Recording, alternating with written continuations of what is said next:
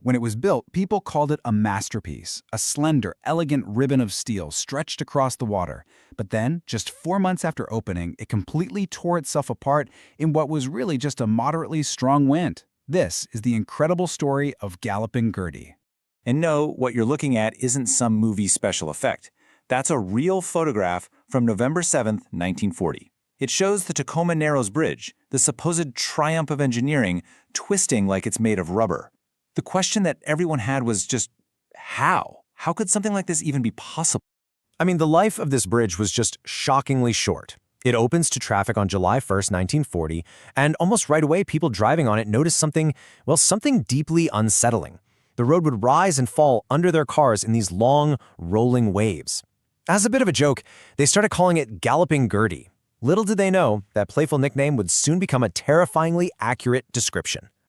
And to really get why its collapse was such a shock, you have to understand the scale we're talking about here. This was not some small-town bridge project. At the time, the Tacoma Narrows Bridge was the third longest suspension bridge on the entire planet. Only the Golden Gate and the George Washington Bridge were longer. This was a massive statement of engineering prowess. And the guy behind the design, Leon Moseeff, he was a giant in his field. He was pushing the envelope. See, he got rid of the heavy, clunky, cage-like structures of older bridges and went with these sleek, solid steel girders. It looked graceful, looked modern, and a big plus during the Great Depression, it was cheaper to build. It was supposed to be the future of bridge design. But hiding inside that beautiful, elegant design was a truly fatal flaw. All right, so for decades now, a pretty simplified story has been told about why Galloping Gertie collapsed.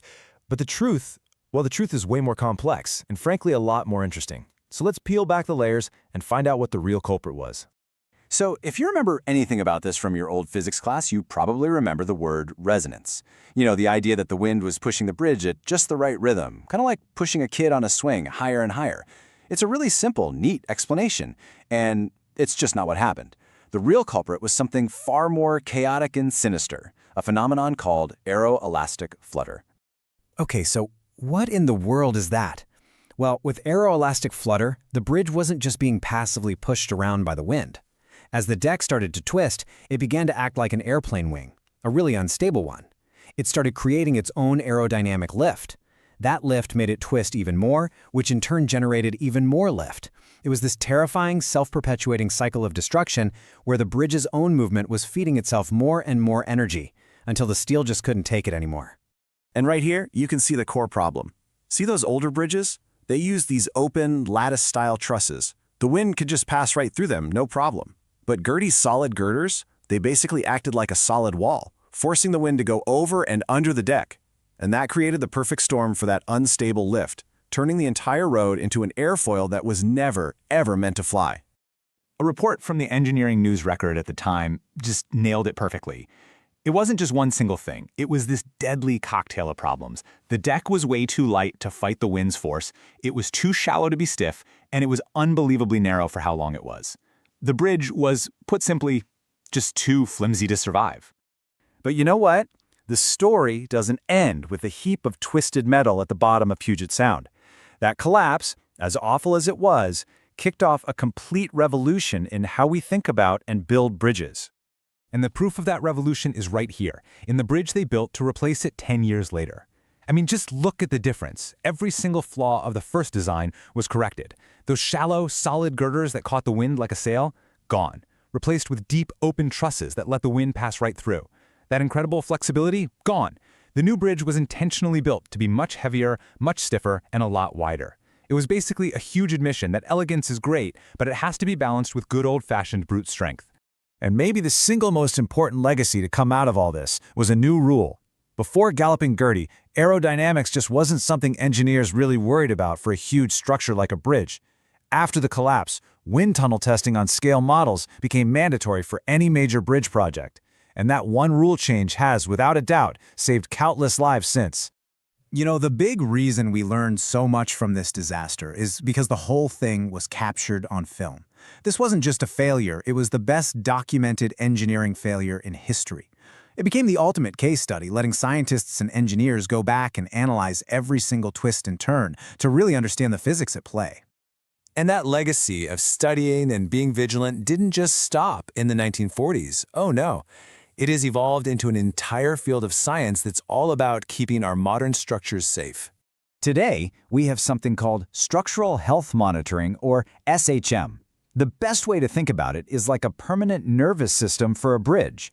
It's a whole network of sensors that are constantly feeding back real-time data about everything from stress and strain to wind and temperature. And this is not some sci-fi future stuff. This is happening right now. On big bridges all over the world, there are hundreds of these tiny sensors working away silently. They're feeling the tension in the cables, detecting tiny temperature shifts in the steel, measuring every gust of wind.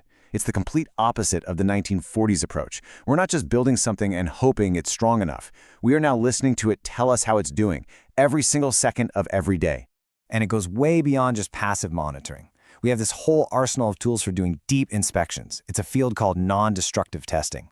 Think of it like a medical checkup for the bridge. Technicians can send ultrasonic waves, basically like an X-ray, down miles of steel cable to find hidden rust. They can even use incredibly sensitive microphones to literally listen for the microscopic pop of a tiny crack just beginning to form, long before it could ever become a danger. So the next time you look at a modern marvel of engineering like this one, remember that it's being protected by the ghost of Galloping Gertie. It's watched over by these unseen sentinels, a whole web of sensors and regular high-tech checkups, all of it born from the hard lesson learned way back in 1940. So that brings us to the final and I think most important takeaway from this whole story. It's really easy to look at that collapse as just a complete and total disaster. But in the grand scheme of things, it was actually something much more. You see, Gertie's spectacular collapse gave engineers the gift of humility. It showed them a huge blind spot in their knowledge and forced them to completely rethink their craft from the ground up. That absolutely terrifying, violent failure led directly to the design principles and the rigorous testing that keeps all of us safe on every single long-span bridge we drive across today. In the end, the story of Galloping Gertie isn't really just about a bridge that fell down. It's this powerful reminder that sometimes our greatest steps forward actually come from our most spectacular failures. And it leaves us with a question we should always be asking. What lessons from the past do we need to remember to safely build the wonders of tomorrow?